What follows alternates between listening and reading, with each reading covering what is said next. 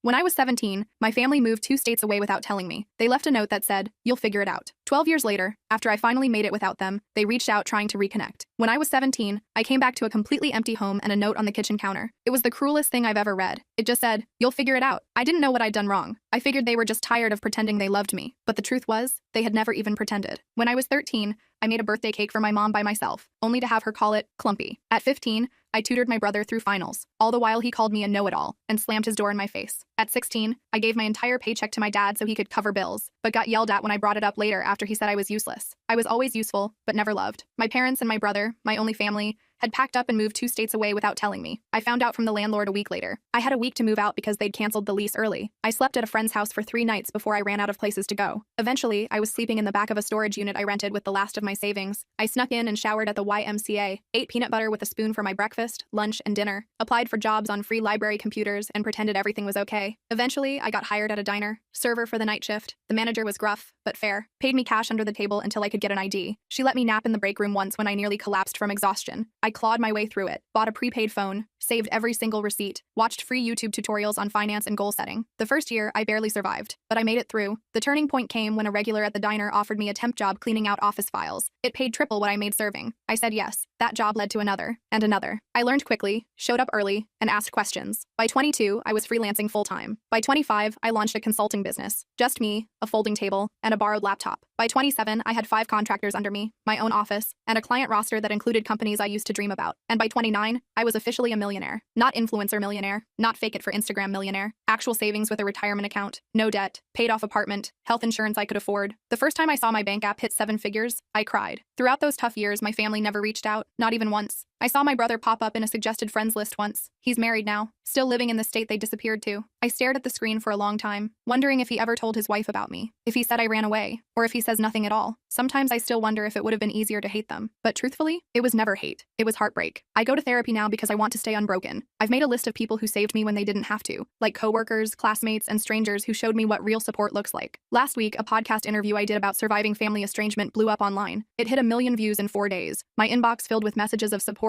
gratitude, and strangers telling me I put words to their pain. And then, one email stood out. The subject line, "You're still our daughter." It was from my mom. No apology. Just a paragraph about hearing my side and how maybe we could talk. Then another message, this time from my brother. "We miss you. Can we fix this?" I stared at the screen for a long time before closing the laptop. I sat with it and wondered if healing means looking back or staying forward. I didn't respond right away, so I needed time to process. My therapist, Melissa, suggested I take at least a week before making any decisions. "Give yourself space to feel whatever comes up," she said during our session. "There's no rush to respond." So I did. I focused on work, went to the gym, had dinner with friends. Normal stuff. But those emails haunted me. I kept opening them, reading them, closing them again. My mom's message felt cold, clinical almost, like she was reaching out to a distant acquaintance. My brother's was shorter but somehow felt more genuine. I couldn't stop thinking about them. After 10 days, I decided to reply to my brother first. Just something simple. I wrote, "It's been 12 years. What changed?" Then I hit send before I could overthink it. His response came within an hour. He said the podcast made him realize what they'd done. He claimed he was only 15 when they left me, that he didn't have a choice, that he'd always wondered about me, that he'd looked me up online a few times over the years but never had the courage to reach out, that seeing me successful made him proud. I didn't buy it. Not completely. If he'd been so concerned, why wait until I was publicly successful? I asked him exactly that. His next email was longer. He admitted that money was tight for them, that my parents' business had failed, that his wife was pregnant with their second child, that medical bills were piling up. I felt my stomach drop. There it was, the real reason. I didn't respond for another week. Then my mom sent a follow-up email with old family photos attached. Pictures of me as a baby, pictures of us at the beach when I was maybe 5 or 6, pictures of me and Michael building a snowman, happy moments that felt like they belonged to someone else's life. At the bottom of the email, she wrote, "We made mistakes. We want to make amends." I showed the emails to Melissa during our next session. She reminded me that I was in control, that I could set boundaries, that I didn't owe them anything. But she also said that closure might help me move forward, whether that meant reconciliation or a final goodbye. I nodded along, but inside I felt conflicted. Part of me wanted to tell them to go to hell. Another part wanted to understand why they left me. And a tiny, stupid part of me still wanted them to love me. I decided to meet my brother first. Just him. No parents. We arranged to meet at a coffee shop in Chicago, halfway between where we both lived. I flew in that morning, checked into a hotel, and tried to calm my nerves. I almost canceled 3 times. But at 2 p.m., I walked into that coffee shop and saw him immediately. He looked older, heavier, with a receding hairline, but his eyes were the same. He stood up when he saw me, awkward and uncertain. I didn't hug him. We just sat across from each other with our coffees, like strangers. The first 20 minutes were painful. Small talk about the weather, about my flight, about his drive. Then he started apologizing. "Emma, I'm so sorry," Michael said, his voice cracking. "I was just a kid when it happened. I didn't know they were planning to leave you behind until it was too late. I was too scared to stand up to them. I just listened, watching his face for signs of deception. He seemed sincere, but I'd been fooled before. I asked him the question that had haunted me for 12 years. Why me? Why was I the one left behind? He looked down at his coffee. They always saw you as the strong one, the independent one, the one who would be fine on your own. They thought you didn't need them as much as I did. They convinced themselves you'd be better off without them. It was the most ridiculous thing I'd ever heard. I told him about the storage unit, about eating peanut butter for weeks, about showering at the YMCA and working night shifts at 17. His face crumpled. I didn't know, he whispered. They told me you had a plan, that you wanted to stay behind, that you were going to live with a friend's family, that you'd chosen to separate from us. All lies. By the end of our meeting, I wasn't sure what to think. He seemed genuinely remorseful. He showed me pictures of his wife and daughter, told me about his job as an accountant, asked about my business, didn't directly ask for money, which surprised me. When we parted, he hugged me. I let him, but I didn't hug back. I just stood there, arms at my sides, feeling nothing. Back at my hotel, I called Melissa, told her everything. She pointed out that while my brother seemed sorry, he was still framing himself as a victim rather than acknowledging his role in my abandonment. She was right. He'd been 15, not 5, old enough to pick up a phone, old enough to send an email, old enough to check on me at some point in 12 years. That night, my mom called. I hadn't given her my number, so Michael must have. I almost didn't answer, but curiosity won out. Her voice sounded older, raspier. She cried when I said hello, started talking about how proud she was of me, how she'd always known I would succeed, how special I was. I let her talk herself out. Then I asked her the same question I'd asked my brother. Why me? Her answer was different. We were in debt, Emma. We couldn't afford 3 mouths to feed. We knew you were smart enough to make it on your own. We figured you'd go to social services and get placed with a better family. We thought we were doing you a favor. I hung up on her, blocked her number immediately, threw my phone across the room and screamed into a pillow. The next morning, I had an email from my dad. First contact in 12 years. He didn't apologize. Instead, he wrote about how hard their lives had been, about medical bills and failed businesses, about how Michael's wife needed surgery, about how they were facing eviction. Then, at the very end, he asked if I could help the family out. Not a single question about my life, not a single acknowledgement of what they'd done. I forwarded the email to Melissa with a subject line, and there it is. She called me immediately, despite it being Sunday. We talked for an hour, about boundaries, about forgiveness versus reconciliation, about the difference between helping someone and enabling them, about what I actually wanted versus what I thought I should want. By Monday morning, I had made my decision. I emailed my brother, told him I was glad we'd met, that I understood he was in a difficult position when we were younger, that I was willing to have a relationship with him and his family, but with clear boundaries. No money, no loans, no financial support of any kind, and no relationship with our parents until they took full responsibility for their actions. His response was immediate and telling. I'm really disappointed, Emma, he wrote. Our parents really need help. Families should support each other. You're being selfish with your success. All the guilt buttons they'd installed in me as a child, pushed at once. I didn't respond. Instead, I booked an appointment with Melissa and a vacation to Bali. I needed space to process everything. 3 days later, Michael called, left a voicemail apologizing for his email, said he understood my position, said he still wanted a relationship on my terms, said he'd respect my boundaries. I listened to it twice, trying to decide if he was sincere or just changing tactics. I decided to give him one more chance, but with my guard up. I went to Bali anyway, spent 2 weeks on the beach, hiking through rice fields, and meditating. I needed the distance. When I got back, I had 6 more emails from my dad, each more desperate than the last. I didn't read past the subject lines. I also had a text from Michael asking if we could talk again. I agreed to a phone call, nothing more. The call started okay. He apologized again for pushing. I've been thinking a lot about what you told me, he said. I'm in therapy now too. I believed that part. He sounded different, less defensive. We talked about his kids, about my business, normal stuff. Then he mentioned that our parents were coming to visit him next weekend, asked if I would consider meeting them, just for an hour, in a public place. I felt my chest tighten. I'm not ready for that, Michael. He pushed a little but backed off when I got quiet. After we hung up, I called Melissa. We had an emergency session that night. She helped me realize I was afraid of seeing them. Not because I hated them, but because I still craved their approval. Still wanted them to love me. Still wanted to be enough. It was pathetic, but it was true. I cried for an hour in her office. The next day, Michael texted again. Said our mom was crying all night after he told her I wouldn't meet them. Said our dad was talking about driving to my city anyway. I felt panicky. Blocked Michael's number immediately. Then I called my assistant and told her I was working from home for the week. Ordered groceries for delivery. Basically hid in my apartment like a scared kid. On Wednesday, the doorman called up. Said there was a couple asking for me. Wouldn't give their names. I knew instantly. Told him I wasn't accepting visitors. 5 minutes later, my phone rang from an unknown number. I let it go to voicemail. It was my dad. Emma, we drove 8 hours to see you. His angry voice said, you're being childish. We deserve a chance to explain. I deleted the message and turned off my phone. Thursday morning, I woke up to someone pounding on my door. I froze in bed, heart racing, checked the peephole. It was them, my parents, standing in my hallway like they had any right to be there. Emma, please. My mom's voice came through the door. We just want to talk to you. We know you're in there. My dad added. We love you. We're sorry. I didn't open the door. I sat on the floor with my back against the wall, shaking. Eventually, they left. I called building security immediately, told them not to let those people up again. The guard sounded concerned, asked if I needed police. I said no, just don't let them up. Then I called Melissa. She came over on her lunch break, brought me a sandwich and sat with me while I cried, told me I had every right to set boundaries, that I didn't owe them a meeting, that what they were doing was harassment, not reconciliation. After she left, I got an email from Michael. He was furious.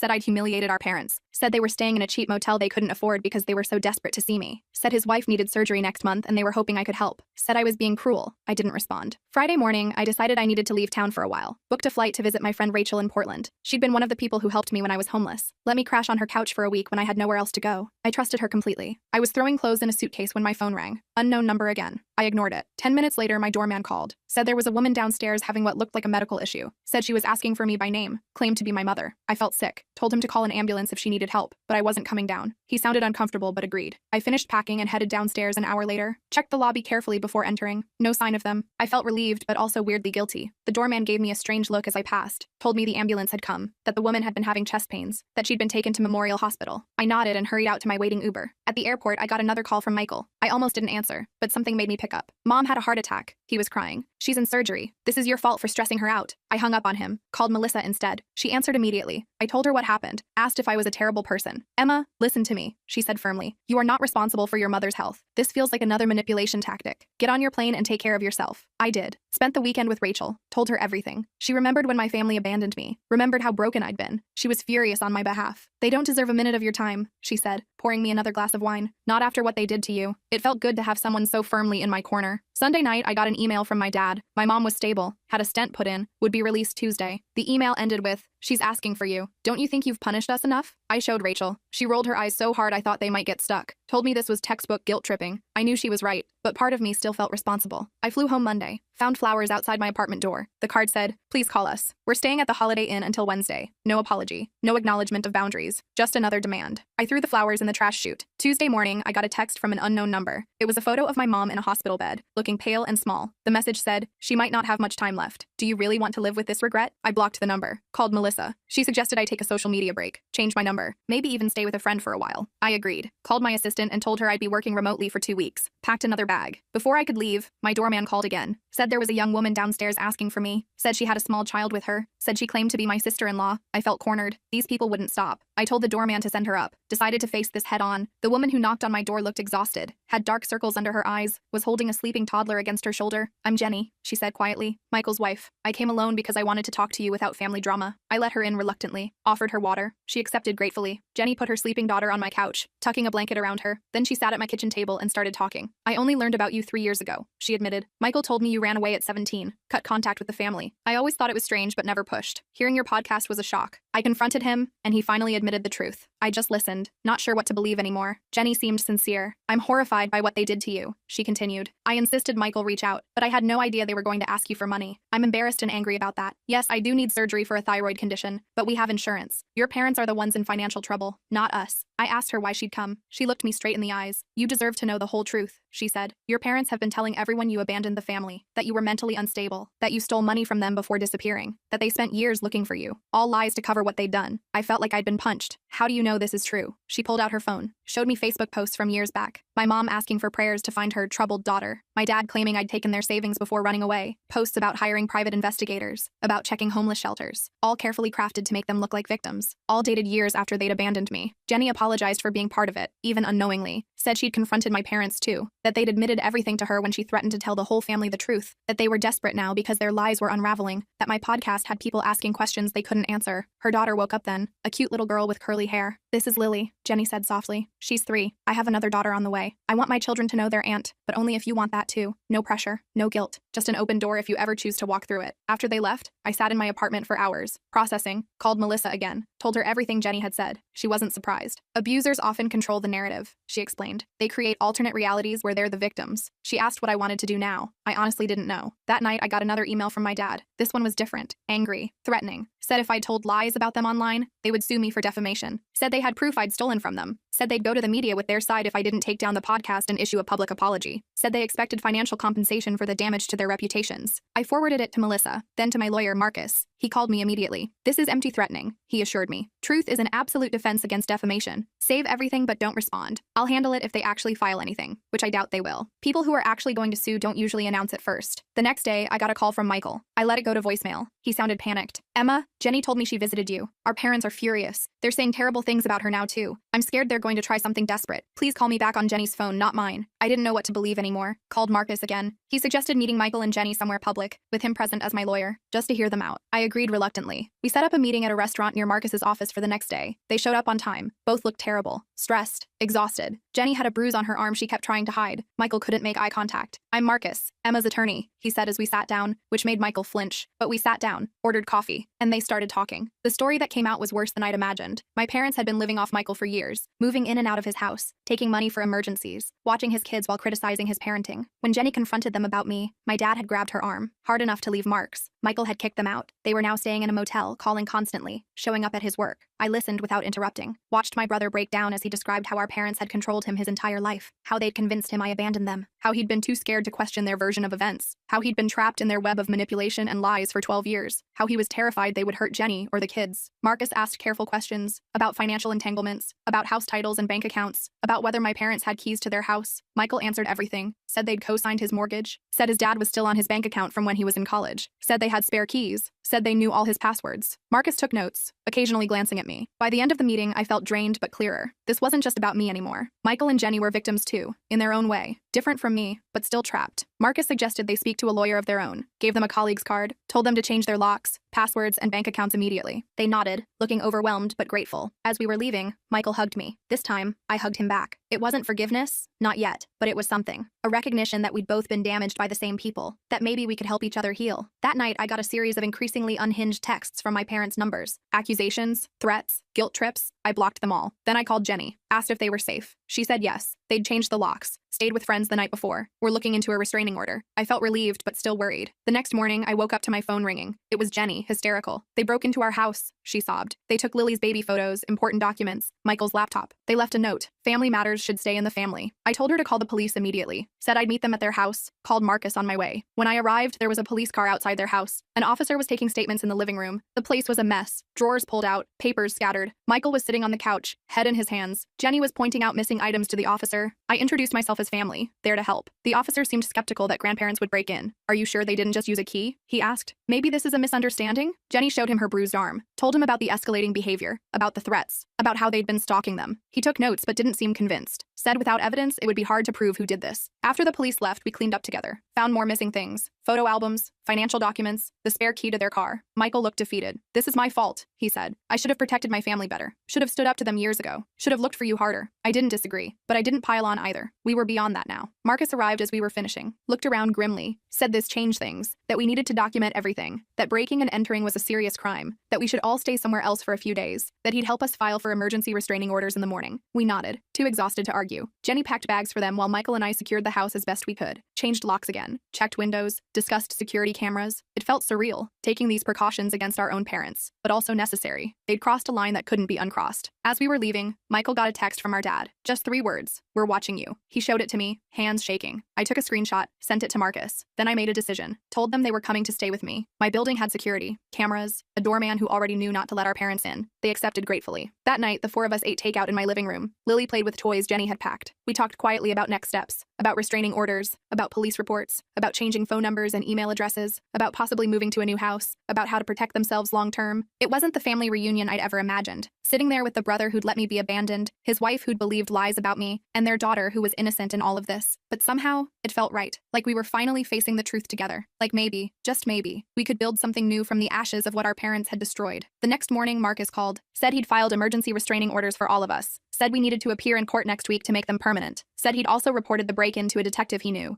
who was taking it more seriously than the responding officers had, said we should all stay together until this was resolved. I agreed, called my assistant, told her I'd be working from home indefinitely, family emergency. She understood, rearranged my schedule. I set up a workspace in my guest room for Michael, who also needed to work remotely. Jenny and Lily took over my living room, building pillow forts and watching cartoons. It was strange having people in my space. I'd lived alone for years, liked my quiet routines, my clean counters, my empty sink, but there was something comforting about the noise too, about Lily's laughter, about Jenny's quiet humming as she folded laundry, about Michael's typing from the other room. It felt like Family. Not the family that had abandoned me, but maybe the family we could become. That afternoon, my doorman called up. Said there was a delivery. Flowers. I told him to check the card before sending them up. He read it to me. We know where you all are. This isn't over. I told him to refuse the delivery. Call the police if the delivery person wouldn't take them back. Then I called Marcus again. He said he'd add this to our case file, that it strengthened our request for restraining orders, that we were doing everything right. I didn't tell Michael or Jenny about the flowers. They were stressed enough. Instead, I ordered extra groceries, made dinner for everyone, played with Lily, tried to create some normalcy in this bizarre situation. But that night, after everyone was asleep, I sat alone in my kitchen and finally let myself feel everything. The fear, the anger, the grief, the strange hope. I cried silently into a dish towel so no one would hear me. In the morning, Jenny found me making coffee, asked if I was okay. I lied, said yes. She didn't believe me. Sat down at the counter. It's okay not to be okay, Emma, she said gently. I'm not either. Michael cries in the shower where he thinks no one can hear.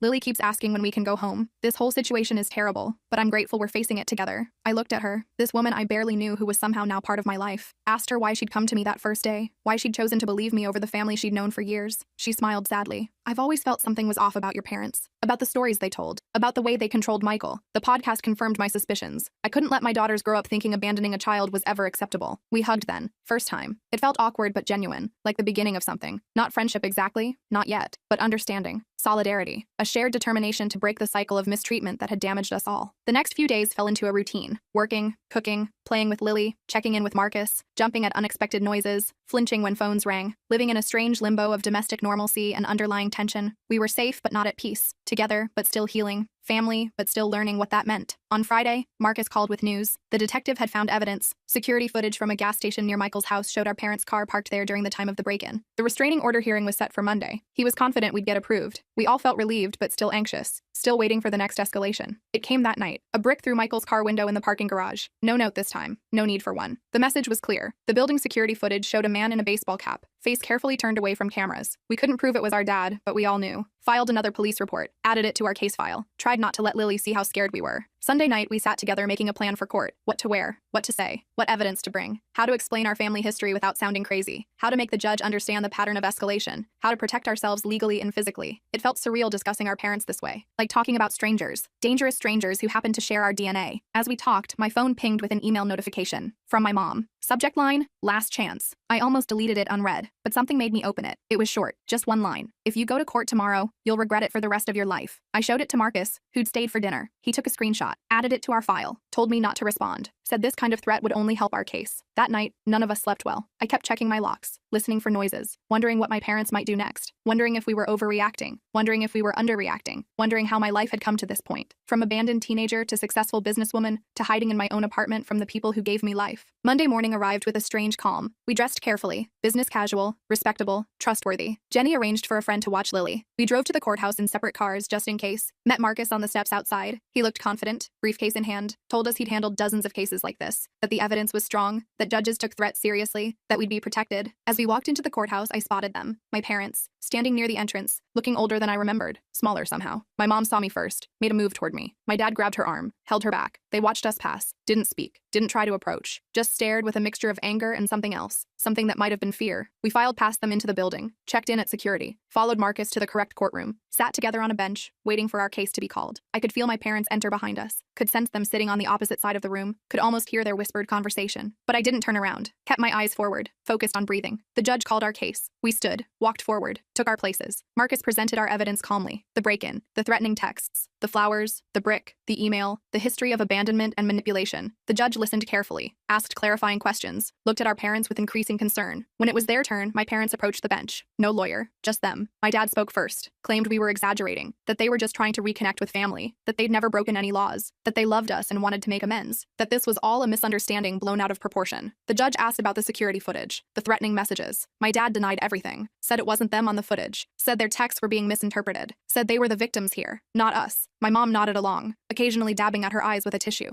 Then the judge asked them directly about abandoning me at 17. My dad hesitated, started talking about troubled teens, about difficult decisions, about doing what they thought was best. The judge cut him off, asked again, directly, did you leave your minor child alone and move